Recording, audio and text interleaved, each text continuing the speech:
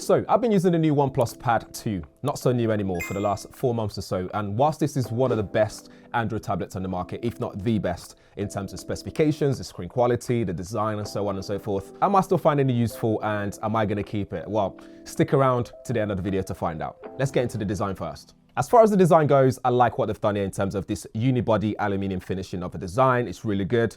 We've got 13 megapixel camera on the back for scanning documents, for example. And over on the front, we have 8 megapixel camera for your video calls if you need to do work on the go.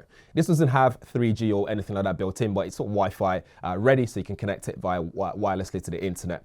On the left side, we have the power button there, and up top here, well, depending on which orientation you have it in, we have the volume rocker there. And if you manage to get yourself one of those accessories, so OnePlus Pen, you can attach it to the flat area at the top, which also charges the pen while it's docked there. I actually quite like this pen. It's got around 16,000 pressure points, so you'll be able to write comfortably with this and draw and all that kind of stuff. And it just looks nice. It's a nice finishing in terms of this leather sort of vibes going on with the pen, which it's pretty cool. And then we look on the other side of this device. We have a USB-C port for charging and data transfer. And we have 6 speakers that also supports spatial audio, which is pretty decent. It means when you, depending on which orientation you have it in, the audio can be directed in the right way to make sure that you don't miss out on that immersive experience. There's also a pogo pin connector right at the bottom there, again, depending on which orientation you have it in. And what that means is you'll be able to dock that on something like this keypad that you can also buy, which is an extra accessory.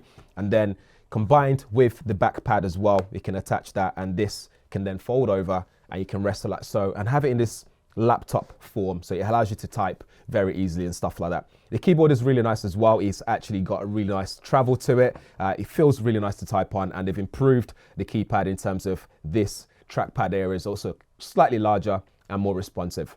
If you don't connect it via the pogo, it also connects wirelessly as well via Bluetooth, so that way if you don't want to have it immediately connected and you want to move it apart, you can still use it and type away and do all that kind of stuff. So there's no issues in that area at all. Back to the display though, we have 12.1 inch display. It's 3K. You have 7:5 aspect ratio.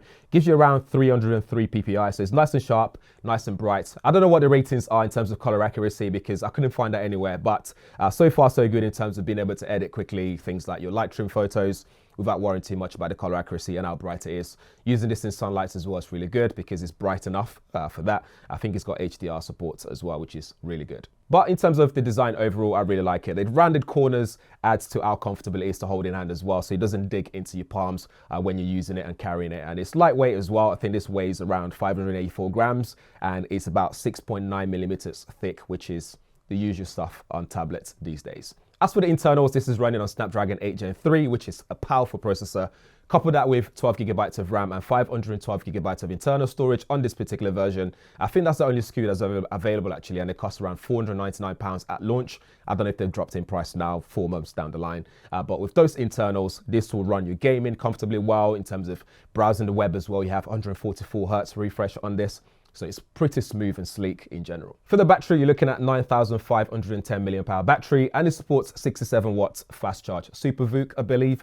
And with that, it just means you can charge it very quickly and the battery will last you longer than a day. So you don't have to worry about recharging it all the time or as often. So you can take this on travel with you, watch movies and stuff like that. So how have I been using this? So I've been using this for taking notes, for example. It's really good, but I would suggest getting the pen as well because I still like the old school writing on the tablets as well. So I think when it comes to the processing power, this runs very smoothly, no issues there at all. When it comes to the design, it's really good as well. Where I've got issues with this is more about the ecosystem because this is running Android and I don't tend to use a lot of Android ecosystem off my phone or maybe even a watch or that kind of stuff. So when it comes to me working on my Apple Mac in the background, editing videos and stuff like that, it's hard for me to transfer stuff over to here and then post it and stuff like that. It just slows me down in terms of my workflow. So this, I struggle to fit into my workflow because it's running on Android, but that's a personal preference, not something to do with how good this is or not. But if you're looking at your Android ecosystem though, like so your Samsungs and stuff like that, this is a really good one to have because it just works really well.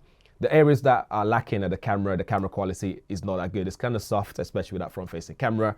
The main camera as well, for me, is only as good as using it for scanning documents, which is probably what most people will use this for anyway. I don't see anyone carrying this to capture content on the go or anything like that. So that's something to bear in mind. It has a bunch of AI tools on here as well, but I'm tired of talking about AI tools until they're doing something that's ridiculously better than just summarizing documents and helping you write your emails in a better way, or erasing things from photos and stuff like that. But you can do all that stuff in terms of the AI tools that we have here. There's a chess box, if that's how to say it, of a bunch of tools that you can use on here for AI related tasks. But I think overall, really good tablet. If you're looking for a tablet that can do everything you need to do on the go, this is one to consider. I've been using it for watching movies on flights as well, which is pretty useful. So yeah, for £499, I think you've got a good deal here. Let me know what you think in the comments below, and if you have questions, drop them there as well. Thanks for watching. See you in the next one.